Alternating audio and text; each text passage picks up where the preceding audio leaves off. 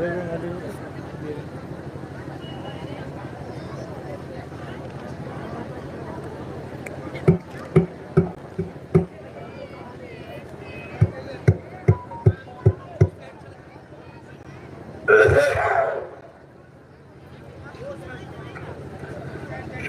चलो जल्दी चलो।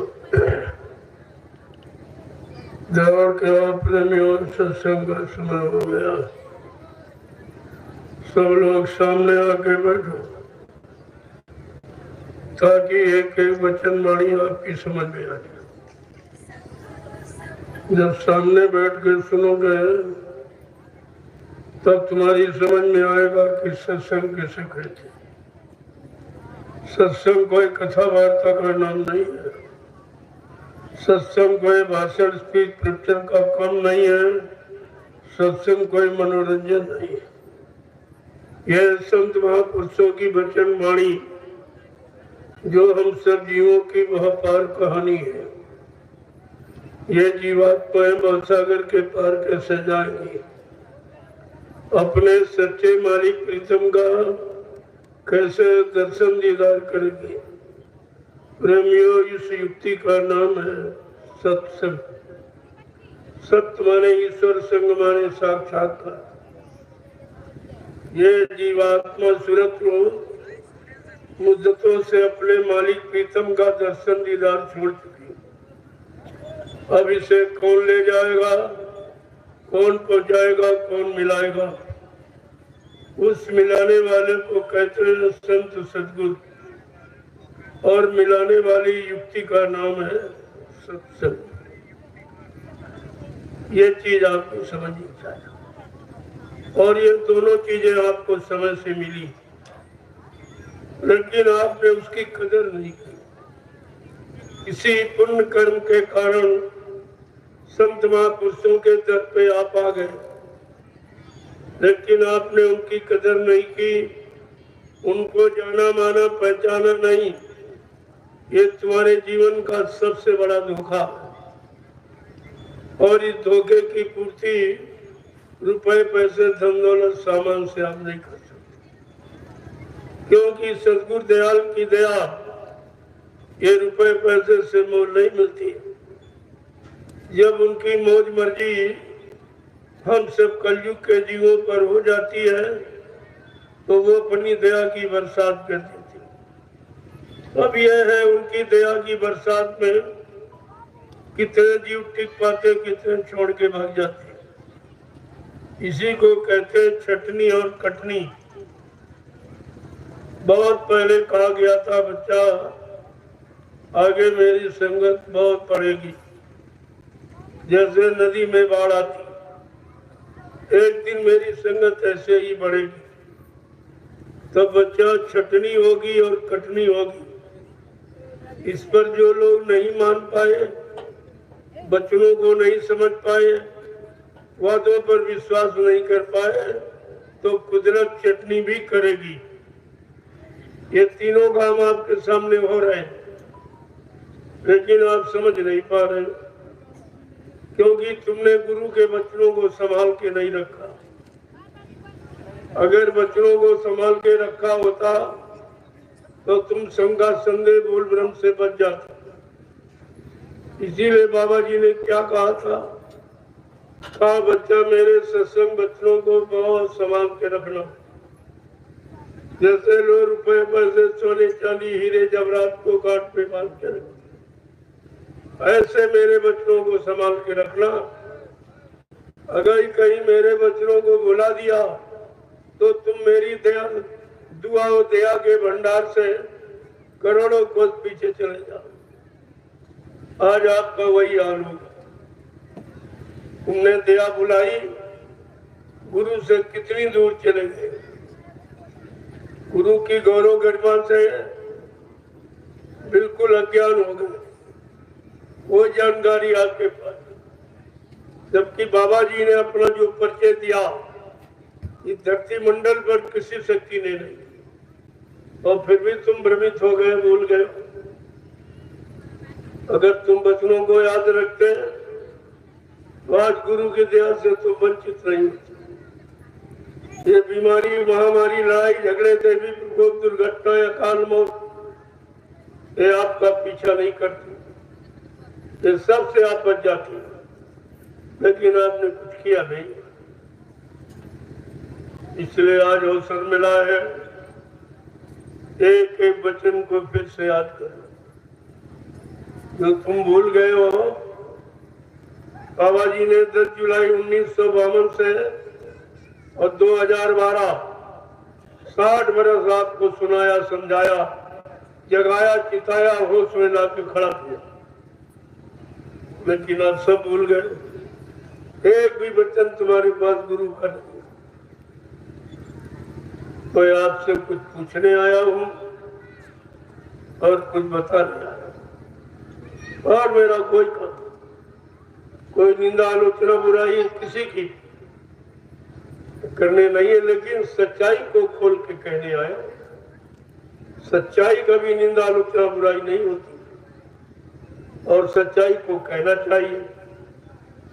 जो सत्य वचनों को छिपाएगा वो सत्य का द्रोही कहलाएगा, जो गुरु वचनों को छिपाएगा वो गुरु का द्रोही कहलाएगा। जिससे धर्म की स्थापना होती है, संत महात्माओं की भूमिका व्यवस्था को जो छिपाएगा वो धर्म का द्रोही कहलाएगा। सब आपको याद रखना चाहिए, लेकिन आप तो सब भूल गए। तो मैं आपसे कुछ पूछने आया हूँ। आप बाल बच्चे परिवारदार हो, सत्य बताना कि आप लोग मथुरा जाते थे, गुरु का दर्शन करने गए थे कि चेलों का? जोर से बोलो। आप मथुरा जाते थे गुरु का दर्शन करने की चेलों का दर्शन? गुरु का। गुरु की सुनने गए थे कि चेलों की सुनने गए थे? गुरु की। गुरु की मानने गए थे कि चेलों की मानने गए थे? गुरु की। तुम गुरु भक्ति करने गए थे कि चेला भक्ति करने गए? गुरु भक्ति। सब चेला भक्ति करते, ये भी नहीं मालूम कि गुरु पार करेगा कि चेला पार। गोस्वामी जी महाराज ने इसी सत्य बात को रामचरितमानस में प्रमाणित करके बताया कि गुरु बिन भाव निधि तरह न कोई, और जो बीरांची इस शंकर सम होई। क्या कहा कि ब्रह्मा विष्णु महादेव के समान कोई धनवान, बलवान, बुद्धिमान, कीर्तिमान क्यों न बन जाए, लेकिन ये भवसागर बगैर समय के सदगुरु के कोई पार नहीं जा सकता।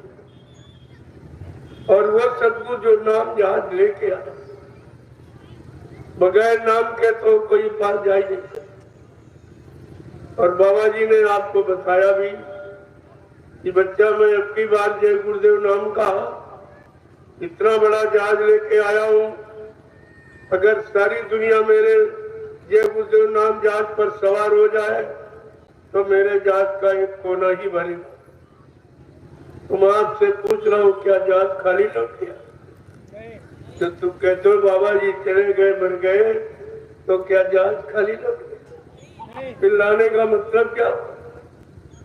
कि दूसरा कौन जहाज रहेगा? तुम्हारी जीवात्मा के कल्याण के लिए कौन भवसागर में लगाएगा? ये सब जानकारी आपको रखनी चाहिए। इसीलिए आप भ्रमित हो गए। अब शंका संदेह बोल ब्रह्म ने तुमको कितनी दूर उठा के फेंक दिया, तुम गुरु की चर्चा ही नहीं कर सकते। ऐसा भ्रामक प्रचार लोगों ने किया, कुछ स्वार्थी लोग भी लास्ट को नहीं। वो 5 आदमी, वो 5 मथुरा में जो थे, उन्होंने झूठा प्रचार किया कि अगर हम ये कह दें बाबा जी मर गए तो ये मथुरा की प्रॉपर्टी हमको मिल जाएगी। इसके लिए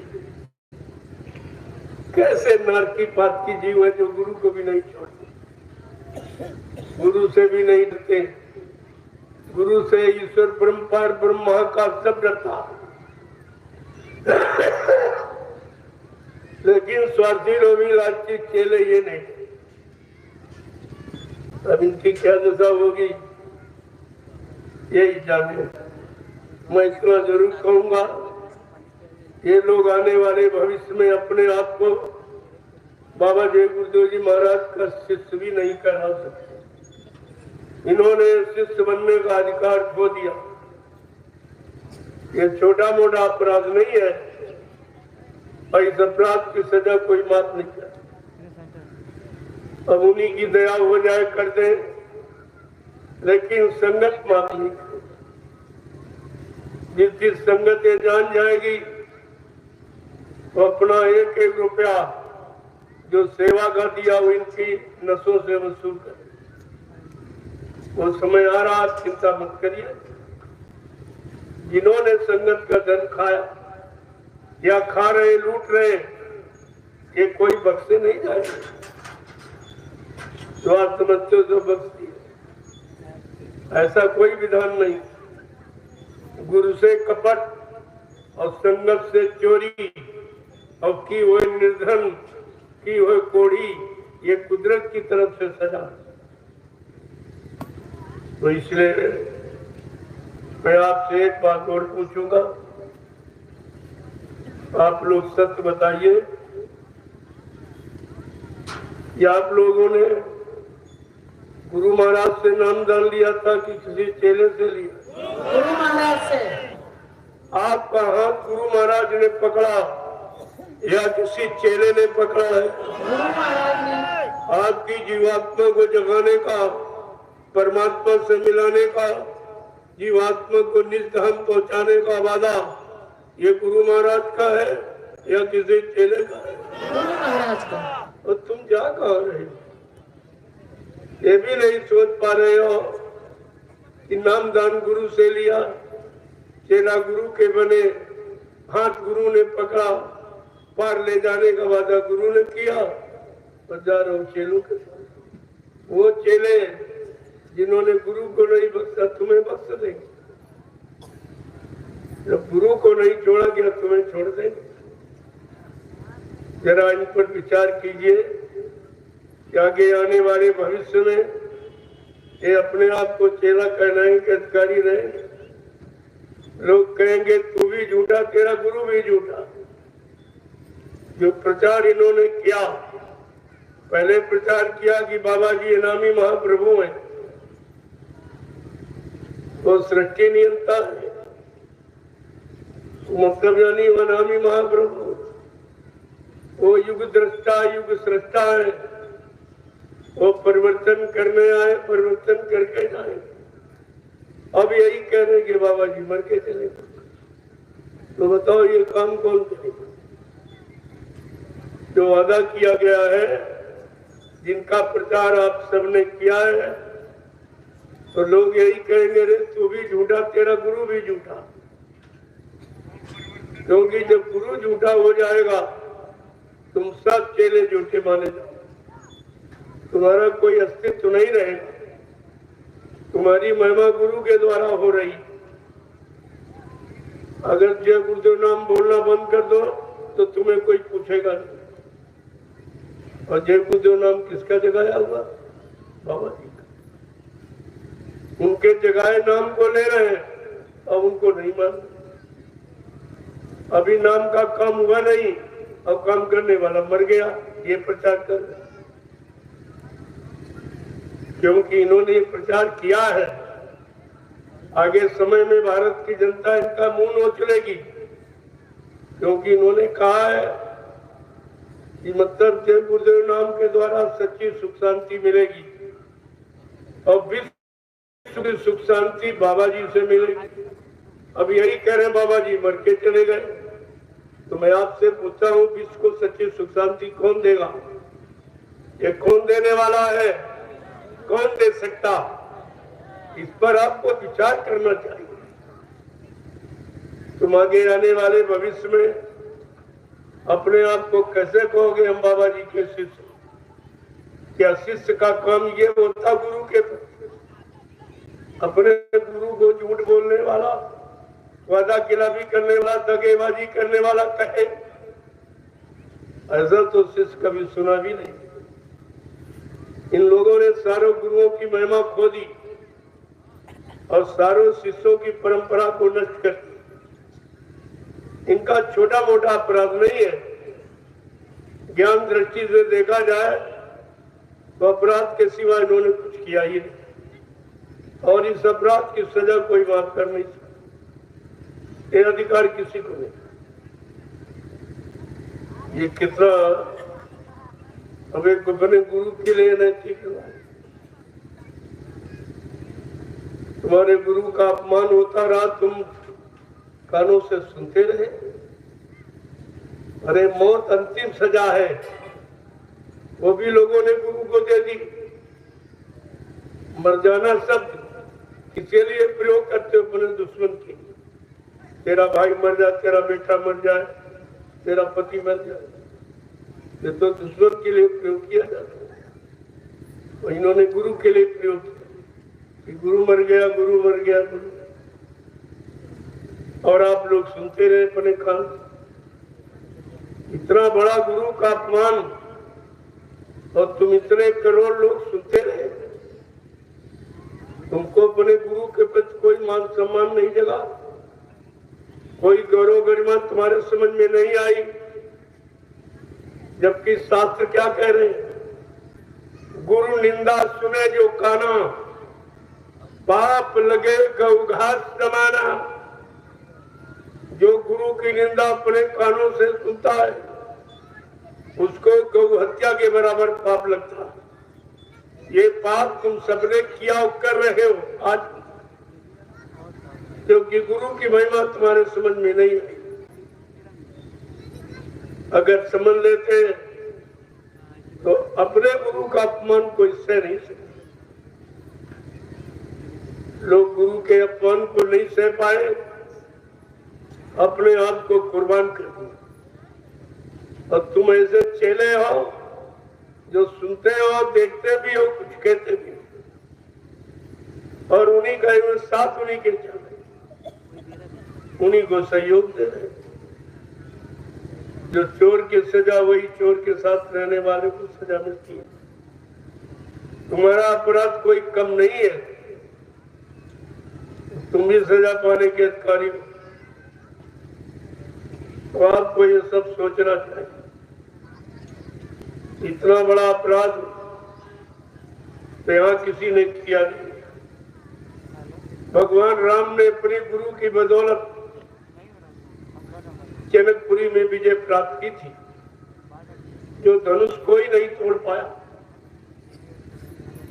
वो विश्वामित्र की दया से राम ने उसको क्षण में तोड़। कहने का मतलब है गुरु की दया में, गुरु के आदेश में कितना बल है।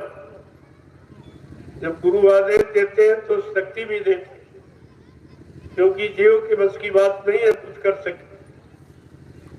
आदेश का पालन शिष्य नहीं करता, गुरु की दया ही करती। तो दया को आप समझते नहीं हो, क्योंकि दया आपको दिखाई नहीं देती।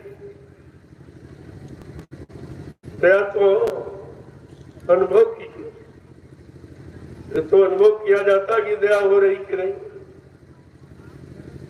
जब कहीं कोई बचाव नहीं होता और अचानक कोई आके बचा ले, तब कहते दया। किसी न किसी के द्वारा तुम्हारे पर दया की जाती, तुमको दया के द्वारा बचाया जाता। न इस काल के देश में कोई बचने वाला नहीं। जहाँ पर दया भई सतगुरु की, वही हुए निहाल और बाकी फंसे काल के जाल। जिन पर सतगुरु की दयाल की महादया हुई वो बच पाते। काल के गाल से कोई नहीं निकल पाया, न ऋषि, न मुनि, न योगी, न ब्रह्मचारी, न अवतारी शक्तियां, न ज्ञानी विज्ञानी। काल माया कितनी कठिन मार है, कर्मों का इतना विचित्र जाल है कि कोई बच नहीं पाया। जिसको काल माया ने जाल में न फंसाया और सब फंस के रहे। 3 युगों से फंसे पड़े। अगर इस कलयुग में संतों ने दया न की होती तो शायद कोई जीवात्मा काल के देश से निकल नहीं सकता। गिरी बदरिया पाप की बरस रहे अंगार, संत न आते जगत में तो जर मरता संसार। अगर संत महापुरुष इस भारत भूमि पर न आए होते तो इस कलयुग में कोई भी जीवात्मा काल माया के देश में कर्मों के जाल से मुक्त नहीं हो सकती। ये संतों की दया, क्योंकि ये काम संतों के सिवा कोई नहीं।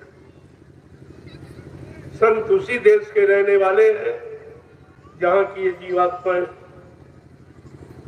इसीलिए वो जीवात्मा को लेने, जगाने और घर पहुंचाने के लिए ही आते हैं। उनका और कोई काम है, कोई राजपाट, धन दौलत, मान सम्मान, अधिकार पाने का नहीं। अपनी जीवात्मा को जगाना और नाम जहाज पर बैठाकर अपनी जीवात्मा को घर पहुंचाना, इसके सिवा उनका मृतलोक मंडल में कोई काम नहीं। और इसीलिए आपको परिचय दिया था कि आप भ्रमित न हो जाए। अपने आने की सूचना भी दी थी कि हम आए वही देश से जहां तुम्हारा धाम, तुम सबको घर पहुंचाना एक हमारा काम।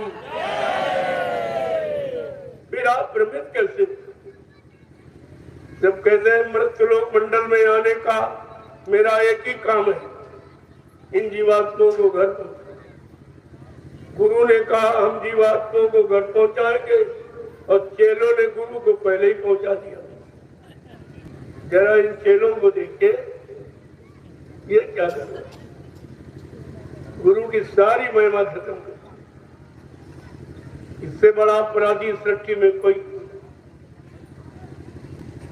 जो अपने गुरु को बदनाम करे, अपने गुरु को झूठ बोलने वाला, वादा खिलाफी करने वाला सिद्ध करे। ऐसा चेला कभी सुना था आपने? ये कलयुग के चेलों ने सब यही किया। वो तो सदगुरु की दया न होती तो कोई नहीं बच पाता। उन्होंने समय से अभियान चला दिया, एक बार फिर मौका दे दिया बच्चों का कि जो वचन तुम्हारे बचने के लिए सुनाए थे, जिनको तुम भूल गए हो तो फिर से याद करो। ये मौका किसी ने दिया नहीं है।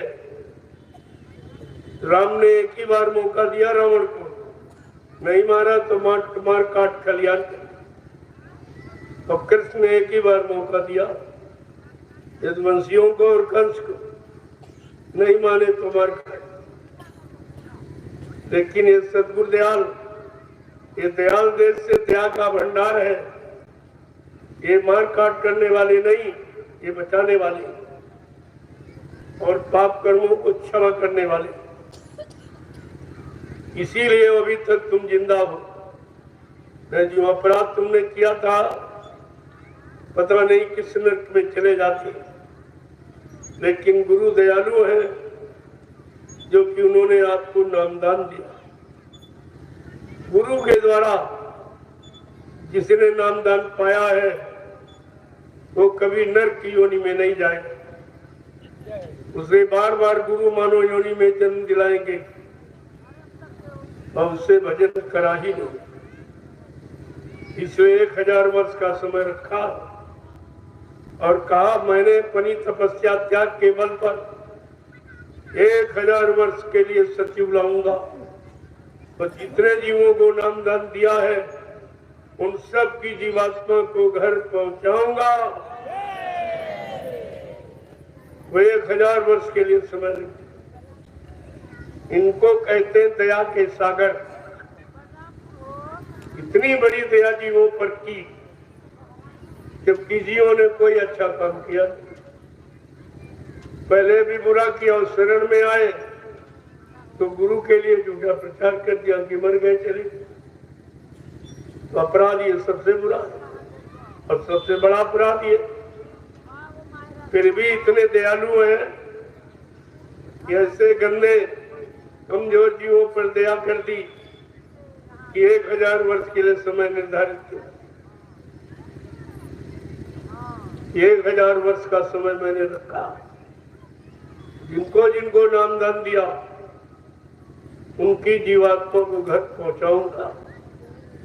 ये कितना बड़ा काम देखिए, और ये तुम्हारे लिए, और तुम ही समझ नहीं रहे। तुम्हें कोई गौरव गरिमा, कोई मान सम्मान नहीं करना। तो ये देखो तुम कितने बड़े अपराधी, कितने बड़े पापी कुकर्मी, निंदनी, लेकिन फिर भी गुरु ने तुम्हारे पर दया की। 1000 बार समय निर्धारित। अगर सामने रहते रहते काम कर बनवा लो तो एक ही जन्म में पार हो जाओ। नहीं नामदान लिया, माला खूटी पे टांग दी, तो इधर उधर भगने लगे, जाने लगे, तो फिर आपको कई बार आना पड़ेगा। लेकिन कहा था जैसे होगा वैसे मैं तुम्हारी जीवात्मा को घर पहुंचा कर ही मानूंगा। कहा मैं ऐसे मानने वाला नहीं, किसी के कहने समझाने पर नहीं।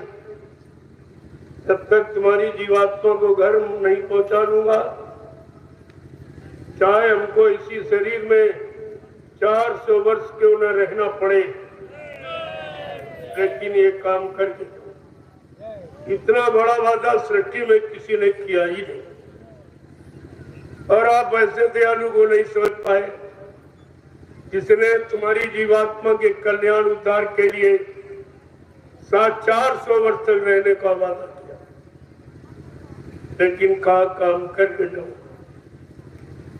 ऐसे मानव शरीर को छोड़ के जाने वाला नहीं हूं, क्योंकि उन्होंने तुम्हारे काम का वादा किया, लेकिन तुमने कुछ नहीं किया। जिसने तुम्हारी जीवात्मा के कल्याण के लिए इतना लंबा वादा, शरीर में रहने का इतना बड़ा प्रण प्रतिज्ञा, तुमने गुरु के लिए क्या किया? कुछ नहीं, अपराध किया। मर गए चले गए ये, इसके अलावा तुमने क्या किया? जो तुम्हारे कल्याण की बात करे, जीवात्मा के उद्धार की बात करे, घर पहुंचाने की बात करे, और तुम कहते हो मर के चले गए, तो फिर जीवात्मा क्या मरा वाला ले जाए? इतना भी नहीं जानते हो कि जिंदा काम करता है कि मुर्दा? इतनी छोटी बात तो तुम्हारी समझ में आई नहीं, तो ये रूहानी सत्संग किया कैसे आप सुन? ये तो तुम्हारी समझ में बिल्कुल नहीं आए। लेकिन फिर भी धीरे धीरे आपको सब जानकारी कराई, क्योंकि जिसने नामदान दिया है, तो बाबा जी ने क्या कहा था? नामदान गड्ढे में ढकेलने के लिए नहीं दिया। नामदान का मतलब जिम्मेवारी, और नामदान वही देगा जो 7 जन्म आगे 7 जन्म पीछे जीव के पाप कर्मों को धोना जानता। ऐसे थोड़ी एक ने हल्ला मचा दिया, तुम सब दौड़ पड़े नामदान दे रहा, नामदान दे रहा। मैंने कहा भाई कौन सा नामदान दे रहा है? जो बाबा जी ने 5 नाम दिए, क्या इसके अलावा 6, 7, 8वां 9 कोई नाम सुना रहा जो करो देगा? वो तो बाबा जी के 5 नामों को दोहरा रहा, पहले भी दोहरा था, तब भी दोहरा रहा। देने का कहा प्रश्न, लेकिन तुम दोहराना, सुनाना, देना जानते नहीं हो कि देता कौन है? जो सतलोक सचखंड से मानव तन धारण करके आएगा और यहाँ नाम को जगाएगा, सिद्ध करेगा, उस जगाए नाम से जीवात्मा को जगाएगा, घर पहुंचाएगा। ये भी तुम्हें नहीं मालूम कि जब जगाए, जब तक नाम नहीं जगाओ तब तक नाम का कोई अधिकार नहीं है, कोई कीमत नहीं है। जब सर्वप्रथम कबीरदास आए, उन्होंने साहब नाम जगाया, सब जीवों को नामदान देना शुरू किया। शिवदयाल सिंह महाराज ने राधा स्वामी नाम जगाया तब उन्होंने नामदान देना शुरू किया। गुरु नानक देव जी महाराज ने वाहे गुरु नाम जगाया तब जी वो नामदान देना शुरू किया। और बाबा जी ने जय गुरुदेव नाम जगाया तब जीवों को नामदान देना शुरू किया। मैं उज्जैन में जाकर इससे कहा, अरे तू भी कोई नाम जगा ले और नामदान तेरा भी मान लिया, क्योंकि जो संत मत की परंपरा है, जो संत मत का सिद्धांत है कि जो नाम जगाएगा वो नामदान देगा। जगाए नाम से जीवात्मा जगेगी, सुनाए और पढ़ाए नाम से नहीं। तुमने ये कुछ सुना ही नहीं था, तुम सुना इसी अल्लाह का फायदा उठा। अल्लाह मजा दिया नामदान नामदान, और तुम इस राज को समझते नहीं। नामदान देता कौन, देने का अधिकारी कौन है? 4 अप्रैल 2005 ये तारीख लिख लो, कोई नहीं बताएगा तुम्हें, ये राज कोई नहीं खोलेगा। 4 अप्रैल 2005 एक बिहार से प्रेमी आया मथुरा, उसने कहा स्वामी जी हमारे पिताजी नामदान देने लगे, कहते स्वामी जी का आदेश हो। तुरंत बाबा जी ने हस्तलिखित पत्र भारत की समस्त संगतों को भेजा कि बच्चा, मैंने हिंदुस्तान में किसी को भी नामदान देने का कोई अधिकार नहीं दिया, न हमारी कोई अभी ऐसी मौज। और कहा था सब कुछ करना लेकिन नामदान मत देना, ये सबसे बुरा काम है। जो पाप कर्मों को धोना जानता है वो ये गंदगी उठाएगा। और 2010 में बाबा जी ने फिर एक आदेश जारी किया कि आज तक मैंने जितने आदेश दिए सारे आदेशों को निरस्त कर रहा हूं। न मेरे यहाँ कोई अध्यक्ष बनेगा, न मंत्री, न वक्ता, न प्रवक्ता बनेगा। सब लोग सेवादार बनो, भजनानंदी बनो। परिवर्तन सेवादारों से, भजनानंदियों से होगा, अध्यक्ष मंत्रियों से, वक्ताओं से, नेताओं से ये धार्मिक धरा का परिवर्तन न कभी हुआ और न कभी होगा। इस बात को आपके गांठ में बांध लेना। बाबा जी ने फिर एक आदेश जारी किया 2011 में, कहा बच्चा मैंने हिंदुस्तान में किसी को नामदान देने का कोई अधिकार नहीं दिया, क्योंकि अभी नामदान देने के काबिल कोई नहीं। जो अपनी जीवात्मा को जगा लेगा परमात्मा से मिला लेगा, और परमात्मा के दरबार का दरबानी वो नामदान देगा जब गुरु का उसको आदेश। गुरु आदेश सबके समक्ष देते। बाबा जी ने आज तक जो भी छोटा बड़ा आदेश दिया अपने राष्ट्रीय मंच मथुरा से, राष्ट्रीय कार्यक्रमों में, मैं आपसे यही तो पूछने आया हूं, क्या हिंदुस्तान में किसी प्रेमी ने बाबा जी के मुंह से सुना है कि मैंने इसको नाम पावर दे दिया, नामदान देने का अधिकार दे दिया, या मैंने वसीयत कर दी, या उत्तराधिकारी बना दिया? बाबा जी के मुंह से आपने सुना? फिर तुम गुरु की सुनने गए थे कि चेलों की सुनने गए? गुरु की। इतना भी तो तुम्हारे पास जानकारी नहीं, इतना ज्ञान नहीं है, इसीलिए तुम भ्रमित हो गए। ये सब लिखित काम ऐसे नहीं, और बड़ी नियम और सिद्धांत पारित करने वाले यही लोग थे जो 40 लोग मथुरा में रहते। बाबा जी ने इनसे कहा कि बच्चा तुम घर जाओ, भजन करो। जहां लाखों लोगों का अन्न आता है उस अन्न को तुमने खाया, भजन किया नहीं, सेवा तुमने कोई की नहीं, सेवा तुमने 2 पैसे दी नहीं, लिहाजा तुम घर जाओ, भजन करो। तुम्हारा आश्रम पर रहना ठीक है, कोई नहीं। तो बाबा जी ने कहा अरे भाई तुम हमसे एक VIP गाड़ी ले लो, 10-10 लाख रुपए ले लो, तुम लोग घर जाओ, भजन करो। तुम्हारे लिए आश्रम पर रहना अब भविष्य के लिए ठीक नहीं। कोई नहीं माना, बल्कि बाबा जी को आदेश देने लगे। आदेश माना नहीं गुरु का, गुरु को आदेश देने लगे, कितने सालों से हम तुम्हारे साथ रह रहे, हम कहाँ जाएंगे, ऐसा करो आप ही कहीं जगह ढूंढ लीजिए। ये चेलों का आदेश देखिए। गुरु ने कहा ठीक है, अगर मैंने तुम्हारी आदेश दिया, अगर तुम नहीं मानोगे तो मैं मानूंगा, तुम नहीं अगर जाओगे तो मैं ही चला जाऊंगा। उसको इन्होंने तोड़ मरोड़ कर कहा, बाबा जी ने कहा था मैं चला जाऊं, यानी मर के चला जाऊं। ये अपनी तरफ से जोड़ गांठ करके प्रचार कर, तो तुम इसी भ्रम प्रचार में चले गए। बाबा जी ने तो ये कहा था, मैं परिवर्तन करने आया हूं, परिवर्तन करके ही जाऊंगा। कोई माई का लाल हमें इस परिवर्तन से ही न रोक सकता है, न मेरा काम कोई कर सकता है।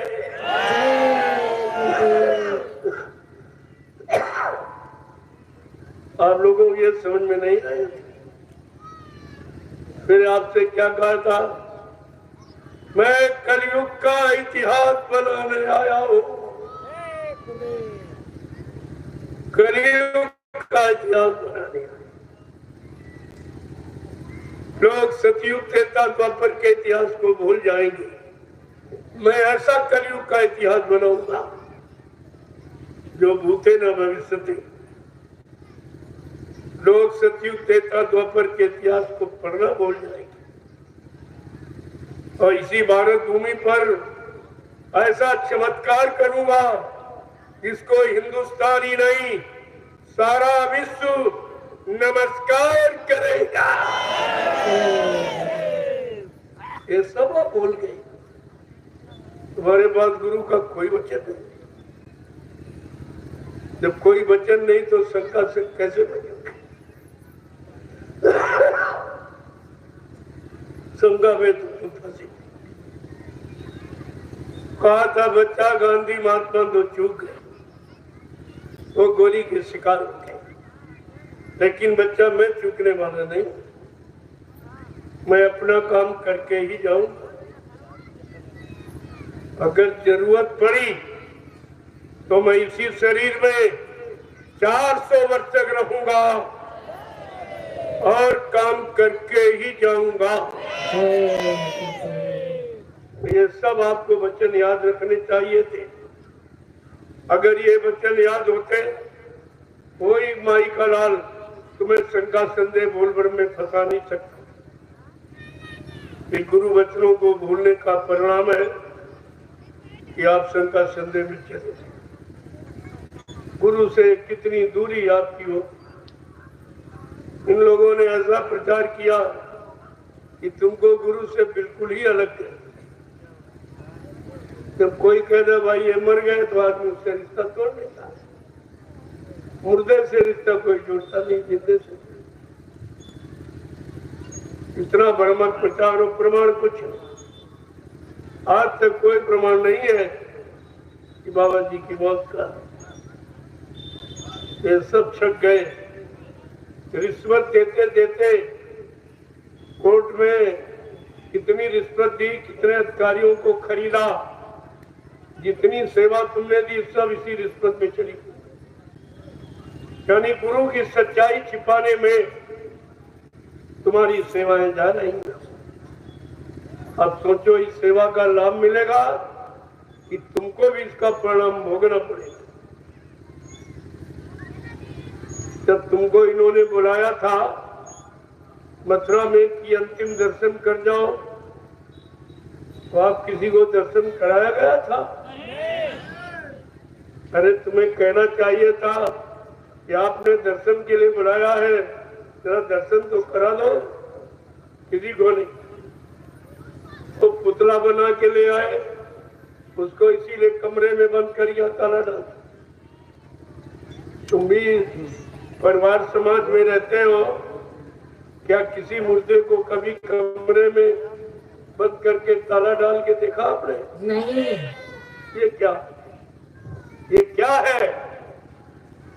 अगर ऐसा कोई करे तो ये पुलिस विभाग तुरंत उसको उठा के बंद दो कि तुमने जहर दे के मारा या फांसी लगा के, तभी तुम लाश को छिपा रहे हो। ये छिपाने का कारण क्या था? गुरु दरबार था, गुरु किसी के घर में नहीं थे, अपने आश्रम में, अपने परिवार के बीच गुरु परिवार में थे। ये छिपाने का कारण क्या था?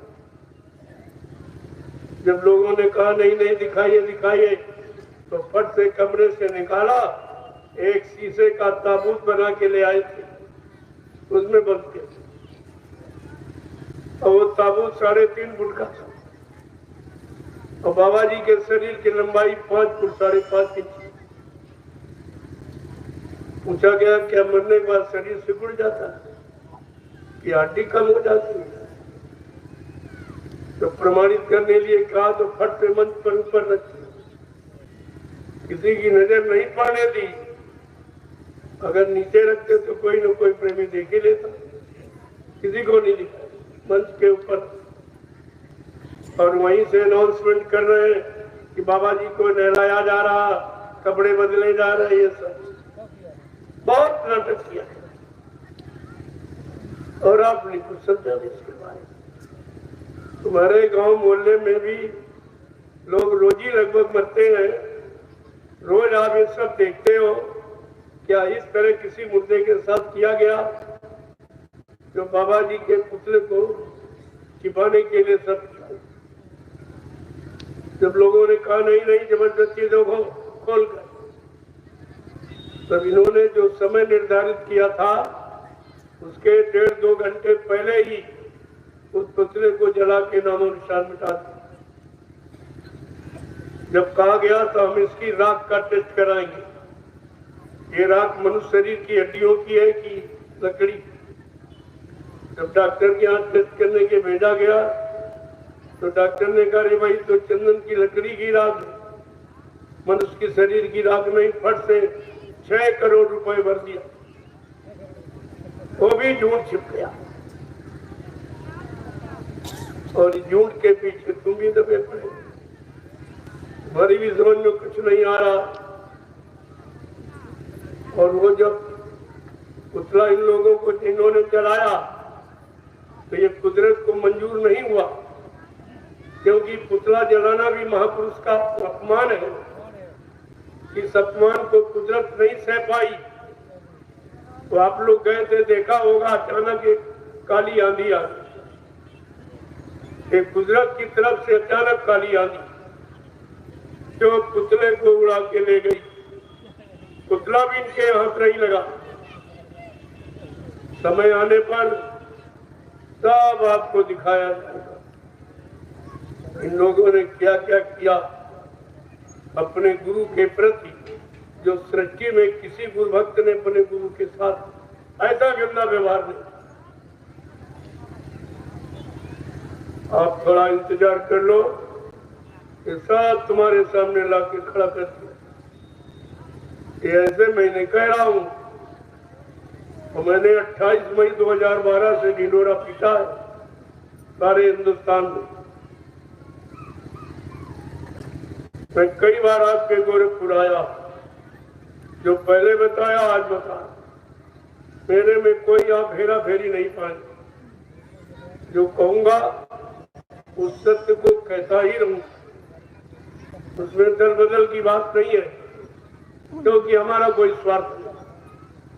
सबसे बड़ा स्वार्थ है गुरु की महिमा जो इन्होंने खराब कर दी। इसमें सारे गुरुओं की बदनामी, सारे गुरुओं पर कलंक लगाया, सारे संतों के मुख पर काली पोती गई। ये छोटा मोटा अपराध नहीं है। इन 750 वर्षों में जितने संत गुरु आए सब, अरे भाई तुम्हारे यहाँ तो गद्दियों का इतिहास भरा पड़ा।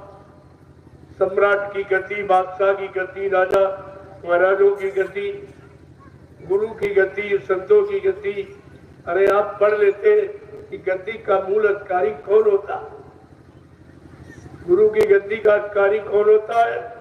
गुरु का समकक्षी, गुरु के समक्ष आत्मज्ञानी, आत्मा को जगाने वाला, परमात्मा से मिलाने वाला, उसको गुरु गद्दी का अधिकार होता है। तो तुमने सदगुरु की गद्दी पर वो ड्राइवर शराबी को बैठा दिया, ड्राइवर गुरु की गद्दी पर। अरे कहीं पढ़ा है आपने? कोई सिद्धांत, कोई रूल रेगुलेशन किसी संस्था के, ट्रस्ट के, संघ के, संगठन के, समिति के आपने पढ़े? क्या लिखा उसमें? अगर यानी उसका जिम्मेवार कौन होता है? जो संस्था ट्रस्ट का मेंबर होता है। मेंबर को अधिकार होता है कि कार्यवाहक रूप में जब तक किसी पद की सत्यता जाहिर नहीं होती, कार्यवाहक रूप में काम कर सकता।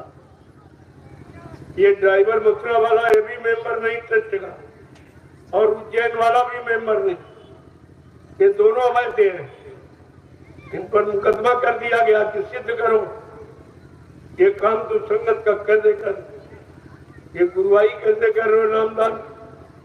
तू कैसे कह रहा मुझे उत्तराधिकारी बना गए बाबा जी वसीयत में? जवाब देना मुश्किल हो जाएगा। तुमने कहा बेटा तुम जेल की तैयारी करो, जो तुमने किया है वो अपराध तो तुमको भोगना ही पड़ेगा। इतना बड़ा अपराध जो सिद्धांतों को, जो नियम कानून बने उसको भी खत्म, उसकी भी मर्यादा समाप्त हो।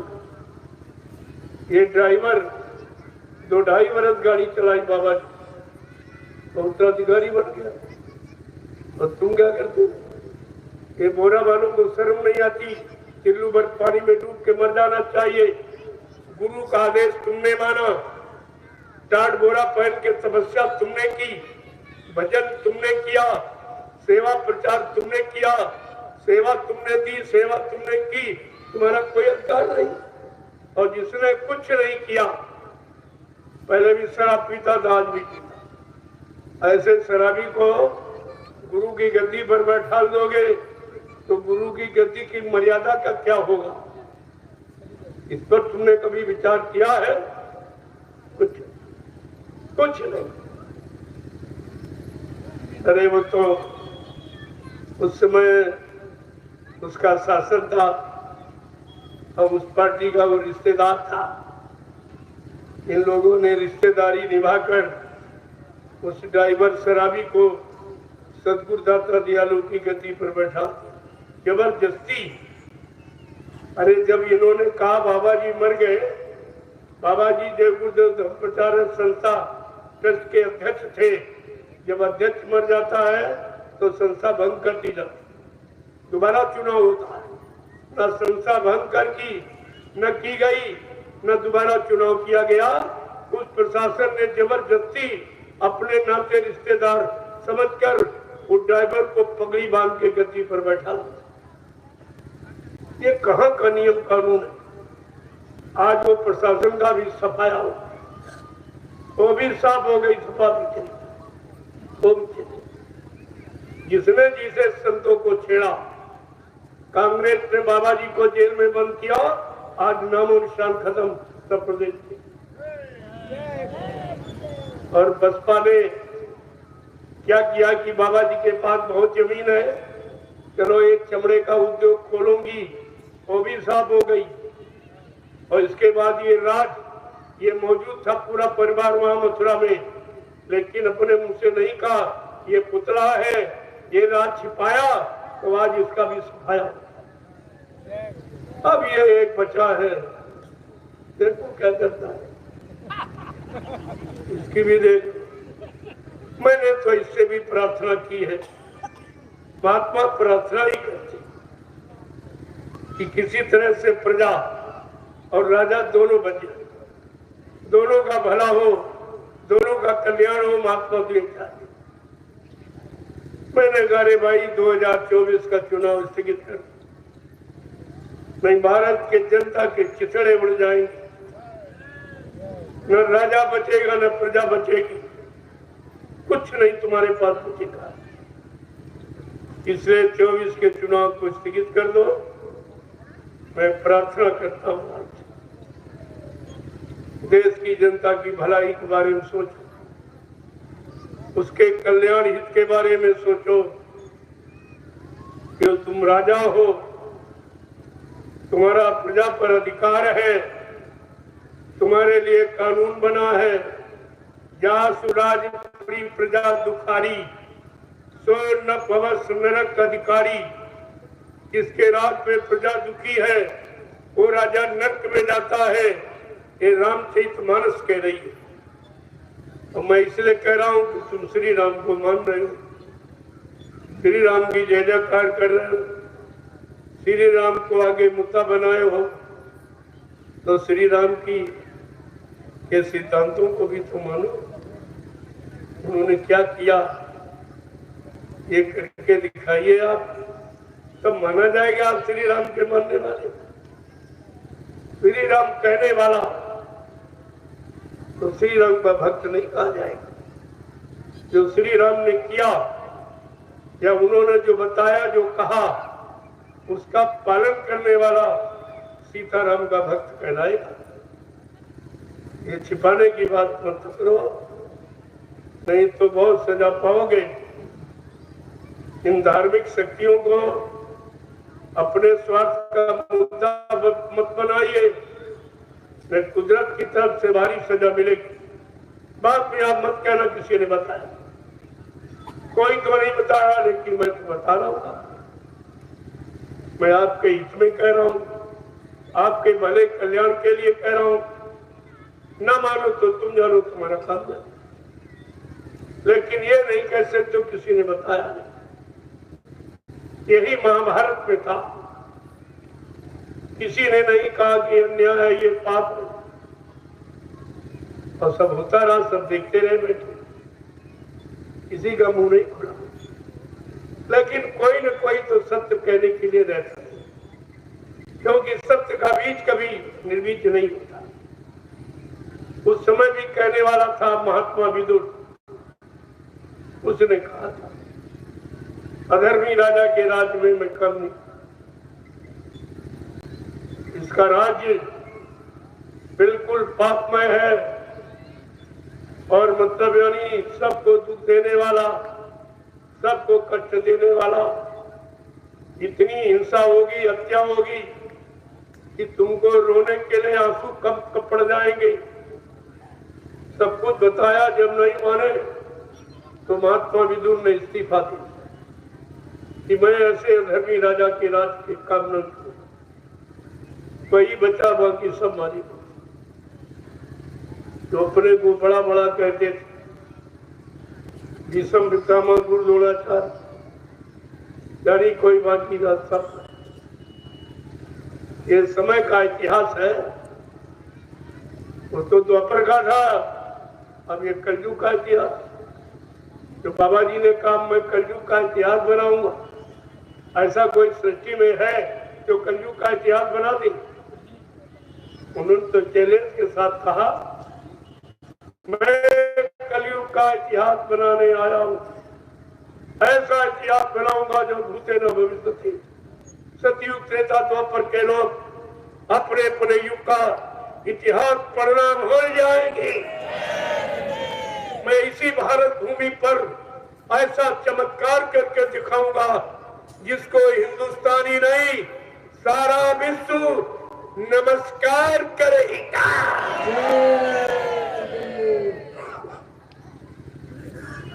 आज तक न किसी ने ऐसा कहा न कोई। इस बात को आप ध्यान में रखिए। मैं इशारा कर सकता हूं, प्रार्थना कर भी सकता हूं, लेकिन नहीं, अभी करने का समय नहीं है। अभी तुम्हें मौका दिया जा रहा है, राजनीति के लोगों को मौका दिया जा रहा है। अगर तुम जनता के भलाई का काम कर सकते हो तो करो, जो भी कर सकते। अगर तुम्हारे बस का नहीं तो पीछे हट जाओ, खाता पीछे, क्योंकि जनता की आवाज अब लगने ही वाली है। अभी तो समझ नहीं पा रही जब आंसू गिराएगी तब आवाज मुंह से निकलेगी। अभी आंसू गिरने में कुछ थोड़ा कमी। अगर अगली बार ये हो गया तो सब रोते नजर आओगे, इतने टैक्स लग जाएंगे तुम्हारी कमर टूट जाएगी, इतनी महंगाई बढ़ जाएगी तुम्हारा खाना पीना मुश्किल हो। ये सब होगा। महात्माओं की बात कभी इधर उधर नहीं, क्योंकि वो अपने स्वार्थ के लिए नहीं करते। परमानंद के कारण साधु धरा शरीर, वो परमार्थ समाज देश धर्म हिताती और हमेशा न्यायोचित बात और सबके लिए और सबके उद्धार कल्याण के लिए। क्योंकि भारत की राजनीति कुछ अलग है। ये धार्मिक देश है, यहाँ भगवान रामकृष्ण ने भी राजनीति की है। ये ऐसी पावन पवित्र भूमि है, इसलिए राजनीतिक लोगों से हमारी प्रार्थना गुजारिश है कि एक बार आप इस पर दृष्टि डालो। राजनीति बिन धन धर्मा, प्रभु समर्पे बिन सत्कर्मा। राजनीति में धार्मिक गाड़ी कमाई के नहीं चलाई जा सकती। जो प्रभु को समर्पित हो जाएगा और जनता को प्रभु का ही एक प्रतिनिधि समझकर उसकी रक्षा हिफाजत करता रहेगा। कहा जो राजा पुत्रवत प्रजा का पालन करेगा उसका इतिहास में नाम होगा। वो कलयुग के इतिहास में अग्रगण्य होगा। जो कलयुग का इतिहास बनने जा रहा है, जिसके लिए अभी बाबा जी ने सबको मौका दिया है। तुम कर सकते हो तो कर लो, मैं हटो। राशन दो तो भाषण दो, नहीं तो अपना आसन दो। अगर बाबा जी की मौज हो गई, इन बच्चों को सिंहासन दो। ये नागरिकों के लिए काम की आवाज लगाई जा रही। क्यों काम करने की इनकी उम्र है, तुम्हारी उम्र नहीं है। तुमने पैमाना निश्चित किया बुद्धि का कि 60 साल में रिटायर कर देते हो, अयोग्य समझकर कि इसकी बुद्धि विकासशील कार्य नहीं कर सकती। तो 60 साल के जितने लोग सब अलग हो जाओ, नागरिकों को काम मिल जाए। तुम अपने बनाए नियम को नहीं मानते हो। तब 60 साल का नियम आपने निश्चित कर दिया, ये बुद्धि का पैमाना निर्धारित कर दिया कि 60 साल में मानव की बुद्धि विकासशील कार्य नहीं कर सकती। अच्छी बात है। तो 60 साल में चाहे राष्ट्रपति हो, प्रधानमंत्री हो, मुख्यमंत्री हो, राज्यपाल हो, सांसद, विधायक, कोई भी हो, सबको रिटायरमेंट ले लेना चाहिए। इसमें जनता का भला है। अगर तुम कानून को नहीं मानोगे, तुमने बनाए, तो भारत की जनता पर से अपने कानून नहीं बनवा सकते, कोई नहीं। फिर क्या होगा? जन क्रांति हो जाएगी। जन क्रांति ये बड़ी खतरनाक है। और बाबा जी ने पहले ही आपसे कहा था प्रार्थना गुरु में, होगी जन जन में क्रांति, हम तुम्हें दिखा देंगे। सब लोग लड़ेंगे आपस में, हम तुम्हें दिखाएंगे। भाई भाई लड़ जाएगा, पिता पुत्र लड़ जाएगा, पति पत्नी लड़ जाएंगे, राजा रैयत लड़ जाएगी, शिष्य गुरु लड़ जाएगा, कोई बात नहीं। ये बड़ी खतरनाक नीति है। लड़ाई में कोई मुनाफा नहीं होता, नुकसान होता। चाहे घर की हो, चाहे समाज देश की। महात्मा ये नहीं चाहते, लेकिन तुम मानोगे नहीं तो फिर हो जाएगा। फिर बचेगा कौन? इस पर भी विचार करो, बचेगा कौन? बचेगा साधु जन कोई, जो हरि से लो लगाएगा। बचने वालों के लिए कहा है कोई साधु, तन मन वचन इंद्रियों को साधने वाला कोई साधु बचे। जो प्रभु से लो लगाएगा, जिसकी लो धन दौलत रुपए पैसे रात पाट मान सम्मान अधिकार में नहीं है, जो प्रभु से लो लगाएगा वो अपने आप को बचाएगा। बाकी तो बचना बड़ा मुश्किल हो जाएगा। ये गांव शहर कस्बे ये सब वीरान हो जाए, इतने मकान खाली हो जाएंगे, कोई रहने वाला दिखाई नहीं देगा। आज आप एक एक इन जमीन पे झगड़ा करते हो क्योंकि तुमको अपना भविष्य नहीं मालूम कि आगे क्या होने जा रहा। इसलिए बात को समझो, समझ लोगे तो अच्छा रहेगा, नहीं समझोगे तो तुम जानो तुम्हारा काम। लेकिन ये नहीं कोई कर सकता कि हमको बताए, चाहे राजा हो चाहे प्रजा हो, चाहे कर्मचारी अधिकारी क्यों ना हो। मैंने सबके लिए संदेश दिया और सबसे प्रार्थना रूप में कहा कि अब भी आप सही सच्चे रास्ते पर आके खड़े, सच्चाई ईमानदारी मेहनत से चरित्रवान बनकर ये सेवा कर लो। आपको अवसर मिला समाज की, परिवार की, देश की, राज्य की ये सब सेवा करने का आपको अधिकार मिला, कर लोगे तो आपके लिए अच्छा है। महात्मा कभी तुम्हारे नुकसान की बात नहीं है। अब तुम न समझ पाओ बात अलग। साधु से होए न कारज हानि, साधु संत महात्माओं से किसी के काम की कभी हानि नहीं होती। वो हमेशा लाभ के लिए आते और लाभ देते रहते हैं और लाभ देते देते चले जाते। उनका अपना यहाँ कोई राजपाट धन दौलत। मैं तो कभी नहीं कहता मैं कोई राष्ट्रपति प्रधानमंत्री बन जाऊंगा।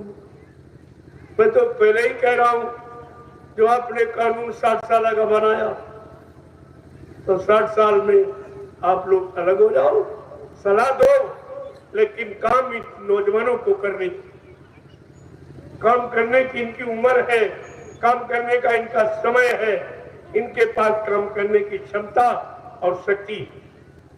अगर युवा शक्ति का दुरुपयोग हो गया, वो देश स्वप्न में भी कभी तरक्की नहीं कर सकता। इसलिए आप इनको मौका दें। मैं तो 60 साल से बहुत ऊपर हूं, मेरा तो कोई नंबर नहीं है। मेरे बारे में आप कुछ मत सोचो, मुझे कुछ नहीं चाहिए। मुझे समाज की सुव्यवस्था चाहिए, देश की व्यवस्था चाहिए। मैंने कहा अगर भाई तुम्हारे बस की बात नहीं है तो आप हमसे काम करो। मैं भी तो देश का नागरिक हूं, मैं देश का अन्न खाता हूं, मेरा भी अधिकार है सेवा का, सलाह का, देने का अधिकार है।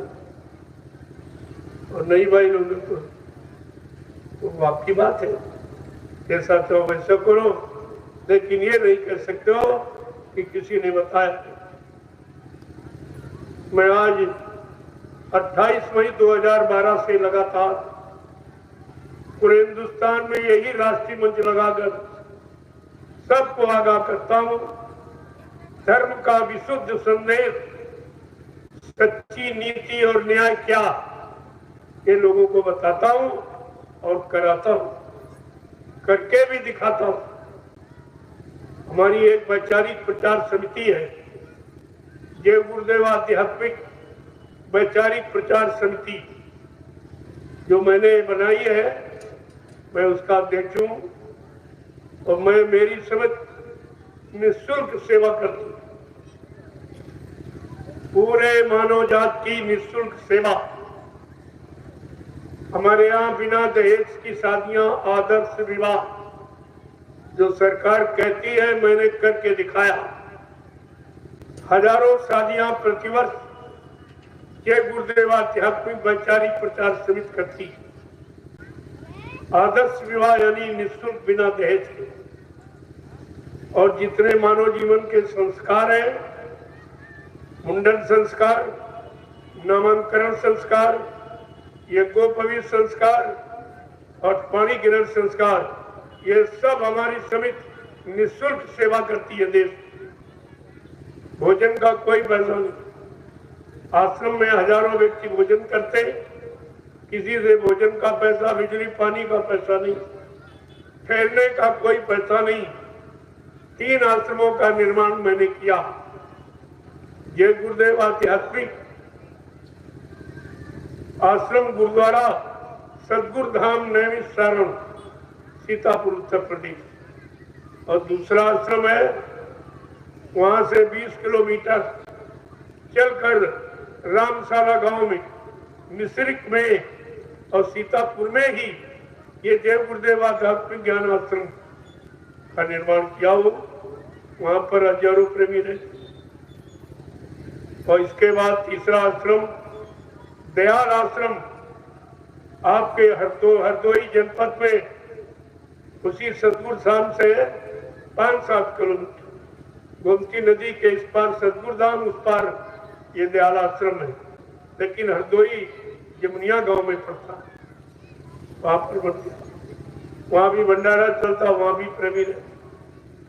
ये 3 आश्रमों का निर्माण मैंने 4 वर्षों में किया और किसी से एक पैसा नहीं मांगा, न पहले मांगा न आज मांगता हूं।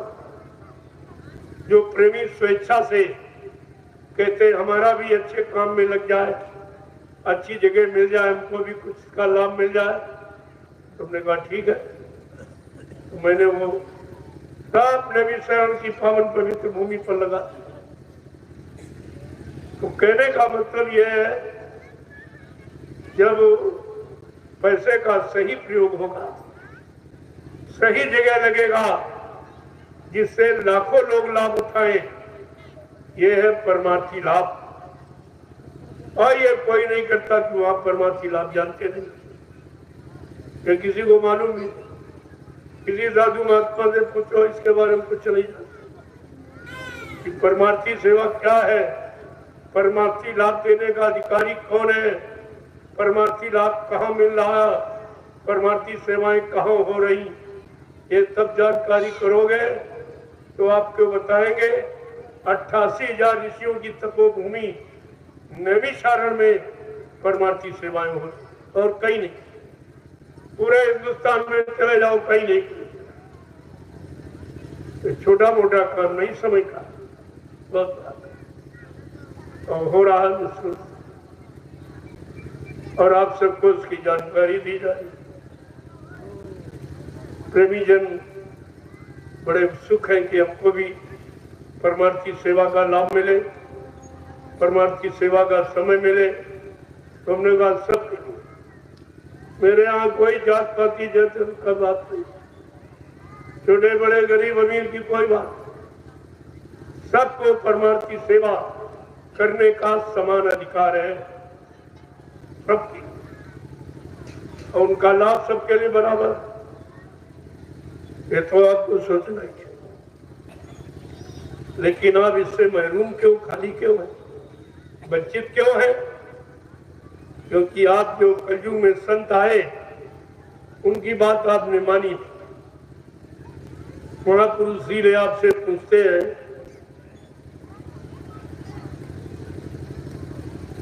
क्या पूछते हैं? अगर तुमने संत महात्माओं की बात को मान लिया होता तो आज ये दुर्दिन के दिन, मुसीबत के दिन आपको देखने को नहीं मिलते। जब सतयुग में हिरण्यकशिप अन्याय, अनीति, अधर्म करने लगा, उसका बेटा भक्त प्रहलाद ने समझाया, पिताजी ये काम ठीक नहीं, ये ठीक नहीं है। प्रभु के नाम का चिंतन करो, हरि के नाम, ये मानव जीवन का सच्चा कर्म कर्तव्य है। और वो तो उल्टी बात कहता था, उसको धमकाने लगा और मार डालने की धमकी। लेकिन परिणाम क्या हुआ? मर गए। अच्छी सच्ची नेक भली बात जो समय की होती है, जो राजा नहीं मानता है, तो हमारा इतिहास बता रहा कि उसका विनाश। इसी तरह त्रेता में वो विद्वान ब्राह्मण रावण जो 4 वेद 6 7 18 पुराणों का ज्ञाता, उत्तम कुल पुलस्त करना थी, शिव विरंश पूजे गो महत। इतना कुलीन ब्राह्मण था कि पुलस्त ऋषि के परिवार था, जिसने अपनी आराधना साधना से ब्रह्मा विष्णु महादेव को अपने वश में कर दिया। लेकिन समय की नेक अच्छी सलाह बात को नहीं माना तो उसका भी विनाश हुआ। इसके बाद द्वापर का इतिहास बता रहा, भगवान कृष्ण की बात न उसका मामा कंस माना न यदुवंशी मानी। जबकि कृष्ण ने कहा, अरे भाई मैं तुम्हारी जात बिरादरी में आया हूँ, जात बिरादरी के नाते मेरी बात मानो।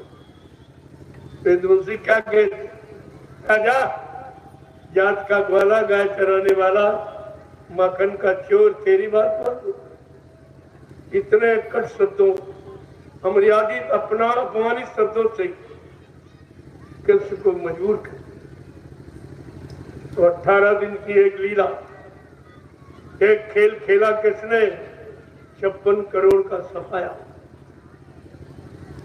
इनको तो चेतना चाहिए कि द्वापर में नहीं माने तो सब तुमने नष्ट करा दिया, और अब नहीं मानोगे तो परिणाम क्या अच्छा होगा।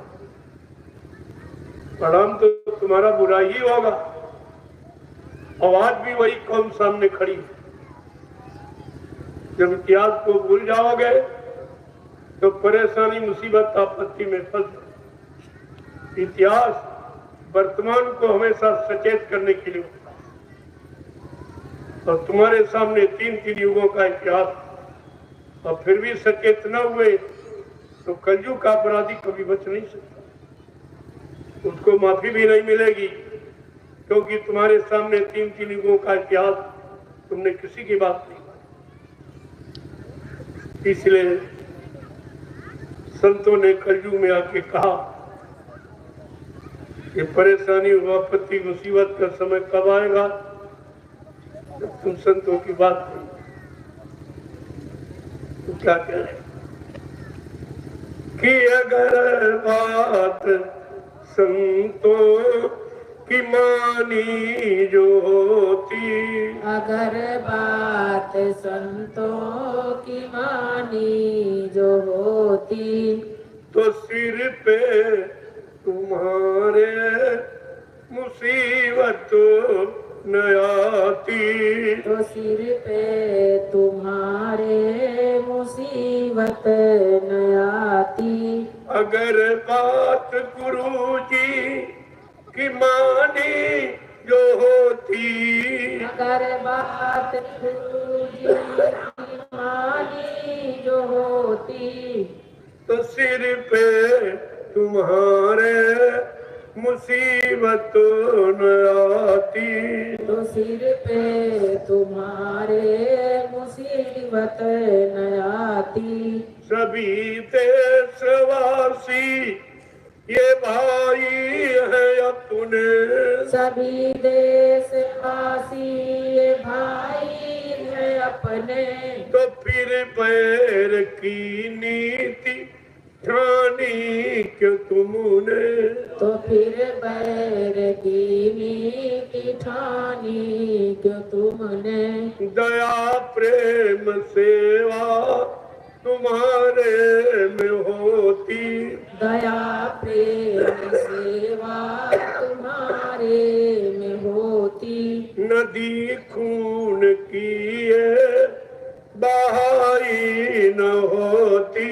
नदी खून की ये बहाई न होती। देखो किस तरह महात्मा कहते हैं, क्योंकि ये सारा देश, सारे देश में जो ये जीव दिखाई दे रहे हैं, चाहे पशु हो, पक्षी हो, जंगली जानवर, कीड़े मकोड़े, आदमी, इंसान, ये सब परमात्मा खुदा के बनाए।